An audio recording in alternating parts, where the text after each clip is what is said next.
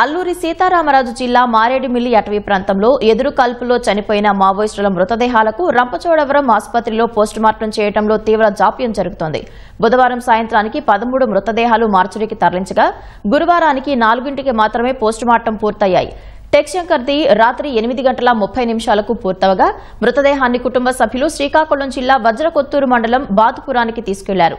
ఆ తర్వాత దేవే మృతదేహం పోస్టుమార్టం ప్రక్రియ పూర్తి చేసి ఛత్తీస్గఢ్లోని కిస్టారం ప్రాంతానికి తరలించారు. పోస్టుమార్టం ఎప్పుడు పూర్తవుతుందో, ఎప్పుడు మృతదేహాలను అప్పగిస్తారో తెలియక మృతుల బంధువులు ఆందోళన చెందుతున్నారు.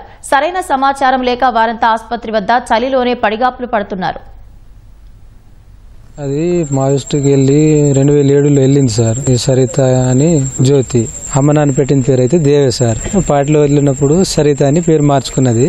మళ్ళీ ఇప్పుడు లేటెస్ట్ అయితే జ్యోతి అని మార్చి ఉన్నది. మేము బోడీ కోసం అయితే నిన్న వచ్చినాక మళ్ళీ అన్ని కాగితాలు అన్ని రాసుకున్నారు. మొత్తం డాక్యుమెంట్స్ అని పేరు గీని మొత్తము రాసుకున్నారు. తర్వాత ఇక మళ్ళీ ఆడ తమ్ముడు ఉన్నాడు, తమ్ముడు బ్లడ్ తీసుకున్నారు ఇచ్చేసారు.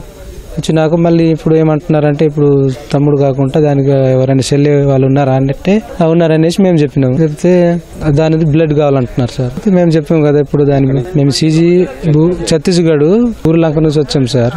చెల్లె బ్లడ్ కావాలంటే కష్టం అవుతుందని మా వాళ్ళు చెప్తున్నారు. మళ్ళీ వెళ్ళి రావాలంటే కష్టము అనేసి అంటున్నారు సార్. అక్కడ దాకా ఆగిపోయారు. ఇస్తాం చూద్దాం అంటున్నారు. మరి ఒకవేళ ఇస్తే ఇవ్వండి, లేకపోతే ఇవ్వమంటే వెళ్ళిపోతాం, ఇంకేం మాకు ఆప్షన్ లేదనేసి మేము చెప్తున్నాం సార్. కదా మళ్ళీ వాళ్ళకి ఇబ్బంది పెట్టేదానికంటే ఇంకేం ఆప్షన్ లేదు సార్ మా దగ్గర.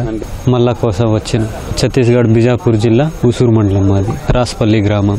పోస్ట్ మార్టం కాలేదు, రక్తం తీసుకున్నారు. అయినాక మీకు ఒప్పగిస్తామన్నారు. మేము మా ఊరు నుంచి 6 వచ్చిన ఆయన మళ్ళాకి అన్నయ్య అవుతాం.